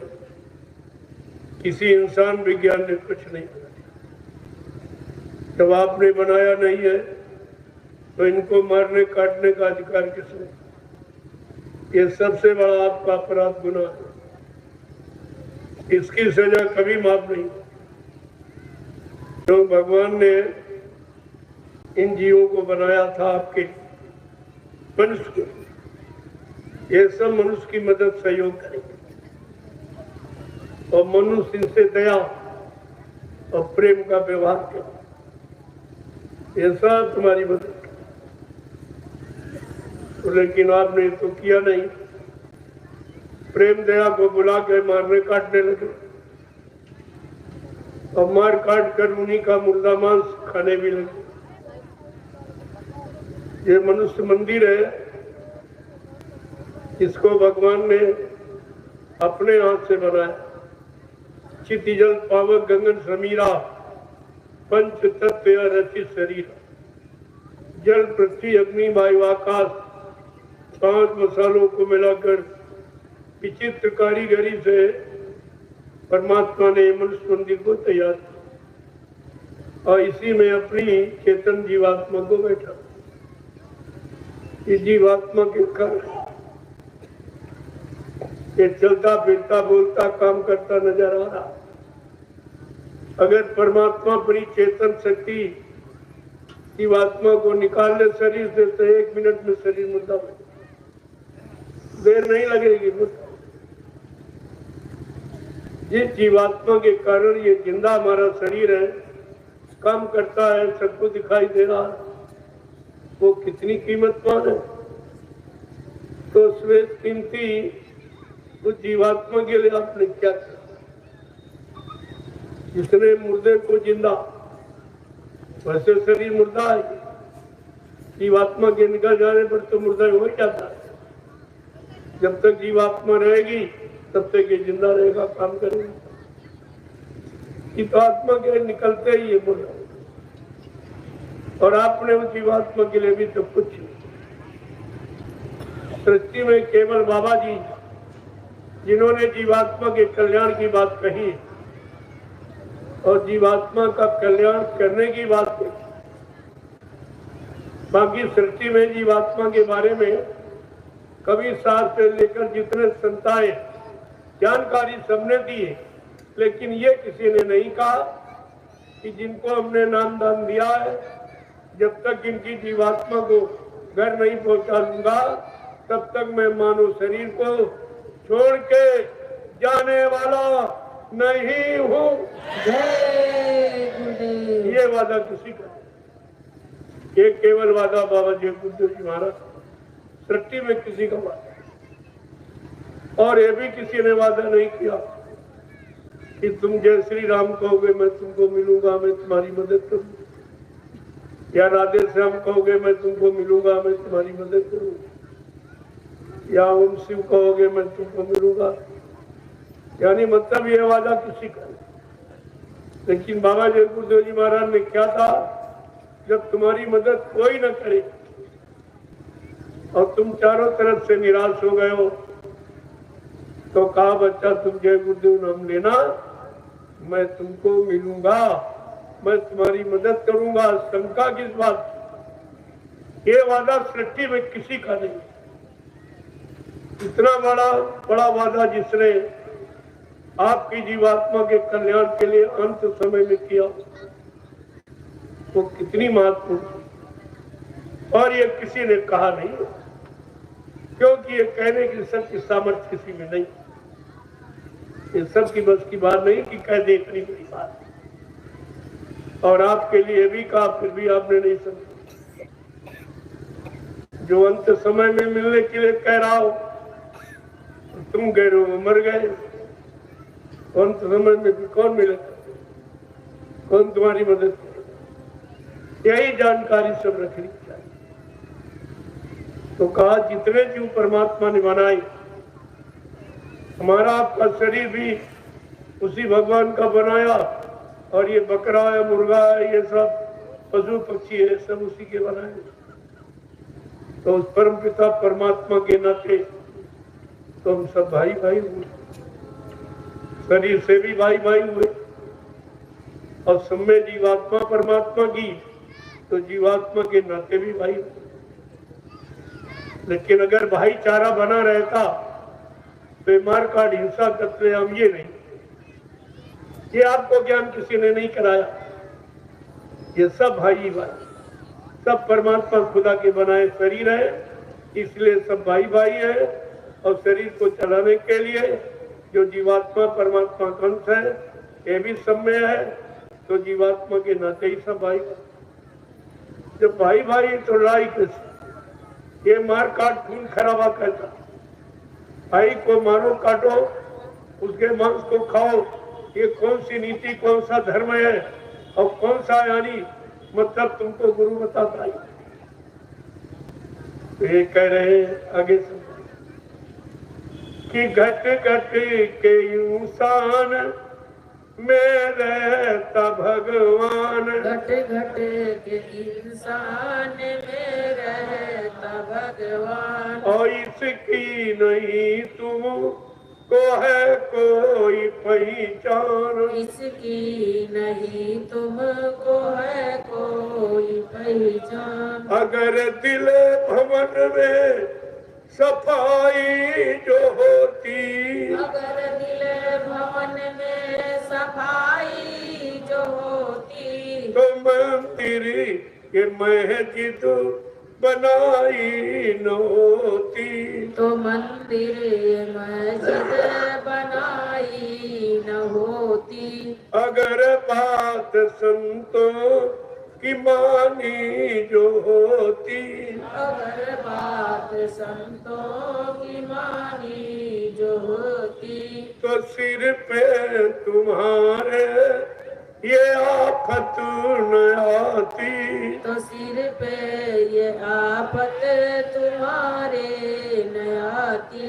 सभी धर्म ग्रंथों का है एक कहना, सभी धर्म ग्रंथों का है एक कहना, बनो शाकाहारी सदाचारी रहना, बनो शाकाहारी सदाचारी रहना। अगर मुर्गा बकरी ये खाई न होती, अगर मुर्गा बकरी खाई न होती, तो दिल में तुम्हारे बुराई न होती, तुम्हारे बुराई न होती। लोगों आप खराब नहीं थे, खराब किया। जब बच्चा पैदा होता है, क्या हिंदू घर में, मुसलमान घर में, किसी कौम जाति में, क्या किसी माँ ने अपने बच्चे को उस वक्त मुर्गा खिलाया कि अंडा खिलाया कि बकरा मछली खिलाया कि शराब दारू गांजा भांग पिलाया? हर माँ ने अपने बच्चे को अपना दूध पिलाया, ये शुद्ध शाकाहार दूध पिलाया। इसका मतलब हम सब लोग जन्म से शाकाहारी, हम शाकाहारी पैदा हुए। महात्मा फकीर कोई नई बात नहीं बताती, जो तुम भूल जाते हो उसी को याद करो। हम सब जन्म से 3 गुण लेके पैदा हुए, शाकाहारी सदाचारी ब्रह्मचारी, 3 गुण लेके आप पैदा हुए, और तुम्हारे में पहले गुण खत्म हो गया कि शाकाहारी नहीं रहता, तो सदाचारी ब्रह्मचारी बनने का प्रश्न खत्म। मुसीबत का ये कारण, बीमारी महामारी में फंसने का ये कारण, दुर्घटनाओं का, अकाल मौत में मरने का ये कारण। अगर इससे बचना चाहते हो तो आपको शाकाहारी होना पड़ेगा। हो जाइए, अच्छी बात, तुम्हारा परिवार है, बाल बच्चे सब बच्चे, बात पर तो बचने की इसकी बात करते, तुम्हारे नुकसान की बात नहीं। अब तुम न समझ पाओ, न मान पाओ, वो बात अलग। जब ऐसा समय खराब आता है तो कहते कोई न कोई शक्ति परमात्मा की तरफ से तुम्हारे हित के लिए आ जाए। बड़े साफ शब्दों में लिख के आपको बताया है कि भाई शंका लो, काय शक्तियां कब आती हैं, उनके आने का समय कैसा होता है। तो बड़े साफ शब्दों में कहा कि जब जब होया धर्म की हानि, बाण असुर अतम अभिमानी कि तब तब प्रभु धरी मनुज शरीरा और हर ही कृपा निधि इस सज्जन पीरा।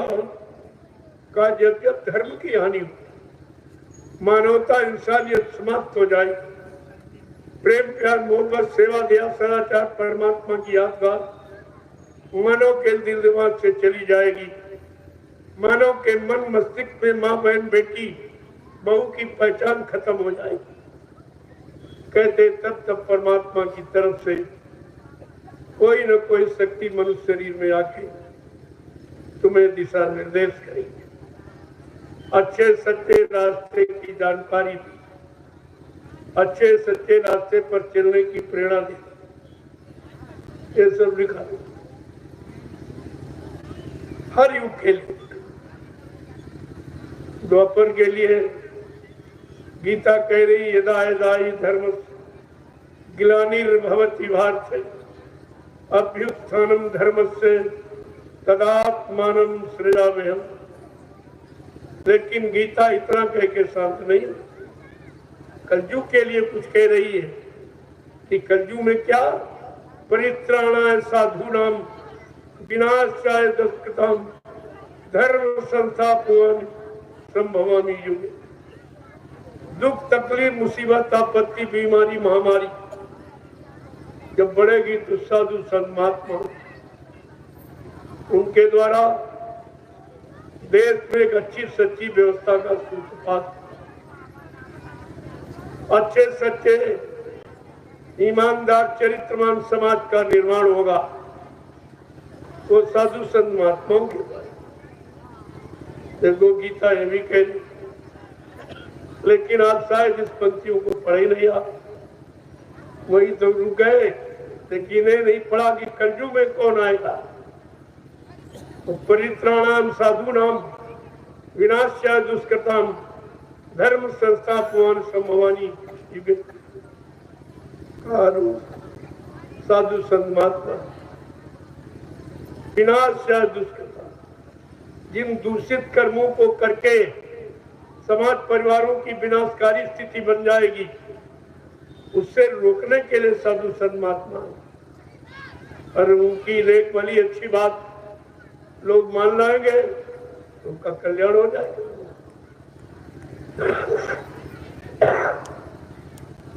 और नहीं मानेंगे तो वो उसके सब तुम्हारी किताबों में लिखा हुआ। मैं तो केवल एक यादगार के रूप में आपके सामने आएंगे, चलो आपको याद करा दें कि वो बहुत पहले से जानकारी दे रहे हैं और महात्मा आज स्वयं दे। वो तो उन्होंने कहा था कि महात्मा आएंगे देंगे, और आज दे रहे तो आपको बताया जा रहा है। फिर आप न माने फिर ये आपकी जिम्मेवारी। एक एक चीज को बड़ी सहूलियत संभाल के साथ आपको रखना चाहिए। ये संतों की वाणी है जो कभी अमिट नहीं। संत बचन पलटत नहीं, पलट जात ब्रह्मांड। संतों के वचनों के बारे में क्या लिखा? उनके वचन कभी झूठे नहीं हो सकते, कभी दल बदल नहीं हो सकते, वो समय पर सिद्ध होंगे। प्रमाण में ये है, चाहे ब्रह्मांड अपनी ब्रह्म की रचना में परिवर्तन तब्दीली बदलाव क्यों न कर दे, लेकिन संत जो कहेंगे वो करके दिखाएंगे। उनकी जबान दस्तावेज होती, अकाट सत्य चल रहा तो आपके सामने सिद्ध हो। और बाबा जी ने कितने वचन कहे, इनकी गणना गिनती नहीं है, और आप सब भूल भी गए हो। उसी कारण आप शंका संदेह मूल ब्रह्म में चले गए हो। अगर आप वचनों को याद रखते तो कोई तुम्हें बहका भरवा नहीं सकता। एक एक वचन, क्योंकि संत महात्माओं ने कहा रे भाई मैं तुम्हारे लिए आया हूं, तुम्हारे हित भले कल्याण के लिए। मेरा अपना कोई स्वार्थ लालच नहीं। यहाँ कोई बनने की भावना नहीं है, यहाँ जीवों को बनाने की भावना। कम से कम बच्चों को सुन का ये वचन कैसे कहेंगे। जय गुरुदेव, जय गुरुदेव, जय गुरुदेव, जय गुरुदेव। नाम किसका? जय गुरुदेव। नाम किसका? प्रभु का प्यारा।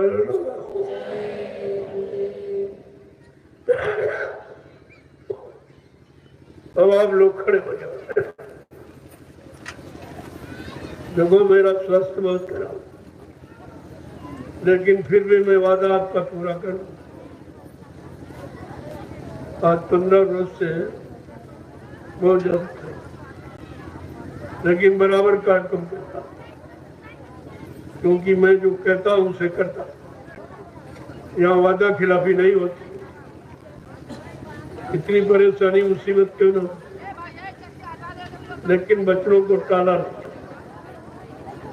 मैंने आपको कार्यक्रम दिया है और समय के पहले उपस्थित संदेश आपको दिया। अब मालिक की क्या मौज है, वो तो उनकी मौज के बिना तो कुछ नहीं हो सकता। तो आप इन बच्चों को मद्देनजर रखिए, आगे इनकी जरूरत है। मैंने देश में, इन भारत देश में रहने वाले भारतीयों के बारे में मैंने कहा, वैसे हिंदुस्तान में किसी ने नहीं कहा। ये शब्द किसी ने उच्चारण नहीं किया, भारतीयता। हम भारतीय हैं, अपनी भारतीयता का गौरव, गरिमा रखने का हमारा अधिकार, और इस गौरव गरिमा को हम हमेशा बनाए रखें। इसलिए हमने भारत देश में रहने वाले लोगों से कहा है, अगर आप भारतीय हो तो अपनी पहचान बना के रखो। हर देश की पहचान है, कैसे वेशभूषा से। ये वेशभूषा पहनावा हर देश का अलग है, तो तुम्हारे देश का पहनावे नहीं। तुम अभी नकल ही कर रहे हो अंग्रेजों की। अंग्रेज चले गए, अंग्रेजी छोड़ गए, और तुमसे मुक्त नहीं हो पा रहे हो। इसका मतलब गुलामी की जंजीरों में अभी आप जकड़े हो। एक तो तुम्हारी मातृभाषा हिंदी है। हिंदुस्तान में रहने वाले जितने भी प्रेमी, हिंदू, मुसलमान, सिख, ईसाई, कोई भी, जब आप हिंदुस्तान की धरती पर रहते हो तो आपको अपने देश की आन और कान और मर्यादा का ध्यान रखना। तो हमारा पहनावा जो ऋषि मुनि महात्मा फकीरों ने बताया था कि धोती, कुर्ता धोती, कमीज पैजामा और टोपी और पगड़ी और लंगोटी, ये हमारा पहनावा है, ये हमारी भारतीयता है, ये भारतीयता की पहचान है। तो आपको अपनी पहचान में रहना चाहिए। आगे आने वाला समय इसी पहचान में आपको देखना चाहता, तो आप पहले से तैयार हो जाओ, अपनी पहचान बना के रखो। इतनी सादी है पहचान है कि तुम्हारा मन पहनते ही शांत हो जाएगा, और जो तुमको देखेंगे उनका भी मन शांत। ये कितना बड़ा लाभ है, देखिए। दूसरा, हमारा खान पान भारतीय होना चाहिए, तब हम हमारे यहाँ कोई बीमारी। अगर भारतीय खान पान जो भारत भूमि का है, अगर उसे आप अपना लो, तुम्हारे घर में कोई बीमारी नहीं। सीजनल अनाज, सीजनल दालें, सीजनल सब्जियां, फल फूल, मेवे, दूध, मक्खन, मलाई, घी, ये है भारतीय खान पान। इसके अतिरिक्त कोई मिलावट करोगे तो आपका भोजन गंदा हो जाएगा। गंदा भोजन तरह तरह की बीमारी पैदा करेगा, कलुषित भाव पैदा करेगा। हमारे अंदर से प्रेम प्यार मोहब्बत और दया सब चला जाए। और तीसरा है हमारी भाषा। अब सारा विश्व हिंदी को अपना रहा। हिंदी जैसी मीठी मधुर कोई भाषा नहीं, जिसका संगीत सारे विश्व में प्रसिद्ध है, वो केवल हिंदी भाषा में ही। हिंदी और संस्कृत, संस्कृत हमारी देववाणी है, देवताओं की भाषा कही जाती है, जिससे देवताओं को आवाहन किया जाता, बुलाया जाता, उनसे सहयोग लिया जाता। ये दो भाषाएं हमारे भारत की, दो हिंदी और संस्कृत। आगे आने वाले समय में यही भाषाएं रहेगी, बाकी जितनी भाषाएं वो सब समाप्त। ऐसा समय आ रहा, आप चिंता मत करिए, वो समय तुम्हारे सामने लाके खड़ा कर दिया है, तब आप मान लेना। हमें कोई बनाने की जल्दी नहीं है, लेकिन याद कराने की जल्दी नहीं, ताकि आप ये न कह सके कि हमको किसी ने बताया ही नहीं। क्योंकि तुम्हारा खान पान, ये अंडा है, मुर्गा है, मछली है, ये शराब है, चरस है, गांजा है, ये सब गर्म देश के, बहुत गर्म विषैले, जो भोग की भावना पैदा करने वाले, तुम्हें भोगी बनाने वाले, और भोग से तुम्हारी सारी शक्ति शरीर की निचोड़ने वाले हैं। ये तुम्हारे देश का भोजन, एक ठंडे देश का, वो ठंड प्रदेश है, वहां ये भोजन चलता। धीरे धीरे आपने नकल की तो आप भी बर्बाद होने लगे, आप भी सही भोगी बनने लगे, आप रोगी बनने लगे, परेशान होने लगे।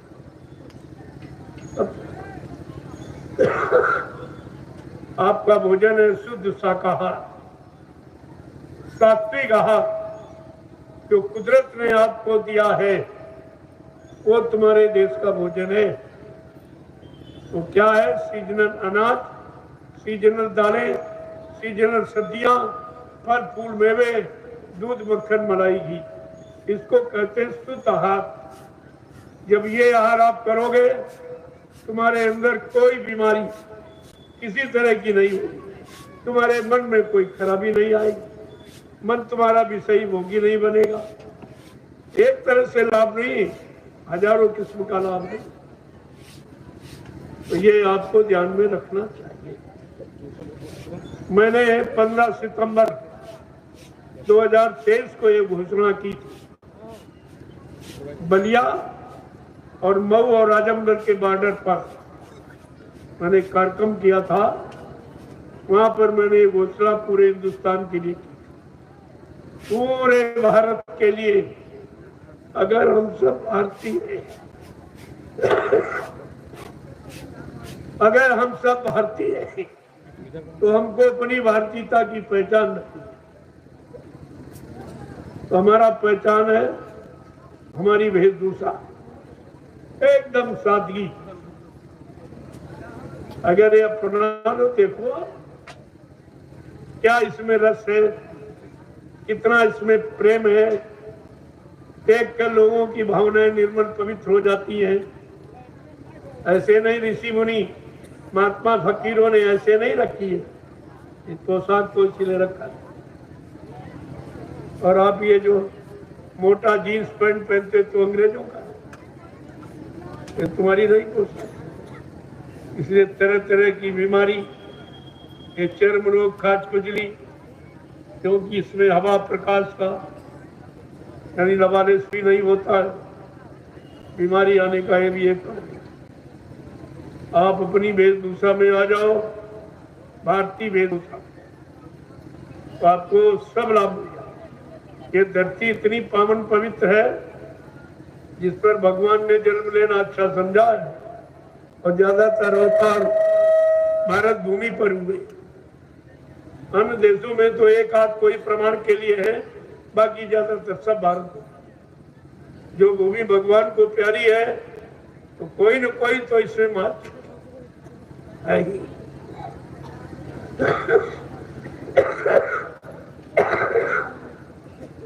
इसलिए मैंने भारत में रहने वाले समस्त लोगों से प्रार्थना की कि आप अपनी भारतीय वेशभूषा में आ जाओ तो कुदरती लाभ आपको मिलने लगे। बीमारी दुखों से आप दूर हो जाओगे, तुम्हारे अंदर रहम दया ये भाव आ जाएगा तो सबकी संभाल करने लगे। तो बराबर ध्यान में आपको रखो। जय गुरुदेव, जय गुरुदेव, जय गुरुदेव। नाम किसका? प्रभु का। जय गुरुदेव। नाम किसका? प्रभु का। प्रभु का।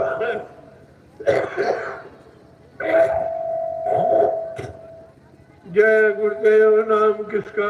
प्रभु का। प्रभु का प्यारा नाम। जोर से बोलो, सब मिल बोलो, बोलना होगा, अभी से बोलो। दुख दर्द से हरेंगे, सब कष्ट मिटेंगे, सुख शांति भी देंगे।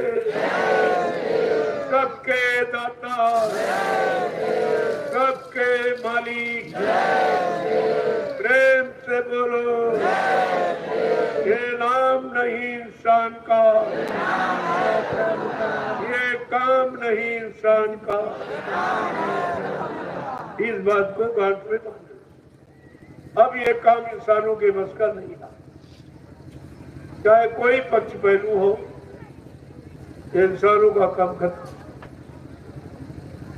अब तो भगवान अपने प्रिय भक्तों के द्वारा कि भारत जैसे धार्मिक देश का काम कराए हुई है संत राज भारत में। अब बचाए बची है ना बाबा जय गुरुदेव की वाणी सब दिखाई पड़ी है। हाँ, तो सब आपको देखने को मिले। अब आप लाइन से खड़े हो जाओ, मैं आप सबका दर्शन। देखो, आपने मेहनत परिश्रम घर परिवार बाल बच्चों को छोड़ के, ऐसे नहीं कलयुग में तपस्या ये भी त्याग है। इन सबको छोड़ के आए, खेती दुकान दफ्तर व्यापार मजदूरी को रोक के आए, तो ये कम नहीं है। समय के अनुसार इसका महत्व है। इसलिए मैंने ऐसे त्यागी तपस्वियों को प्रणाम करूंगा। और ये महाप्रसाद जो नैमिषारण की पावन पवित्र भूमि से बनाकर आपके दुख तकलीफ मुसीबत बीमारियों में राहत दिलाने के लिए, भूत प्रेतों से निजात दिलाने के लिए जो प्रसाद लेके आए, इसको जरूर ले। इसको लेने में कोई खर्च नहीं आपको। ये दरबार लेता नहीं देता, ये देने वाला दरबार है।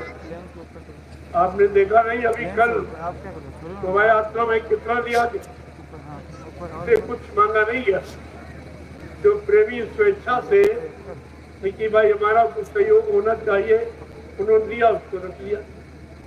किसी के सेवाओं का दुरुपयोग भी नहीं किया जा सकता, किसी की आस्था में ठोकर भी नहीं मारी जाती। उनका सही जगह प्रयोग कर दिया जाएगा, उसका भी लाभ इनको मिल जाएगा। आप लोग लाइन से खड़े हो जाओ, मैं आपका दर्शन। तो तब तक आप उस झंडे की परिक्रमा करो। ये सब नए तरीके आपको यहाँ मिलेंगे।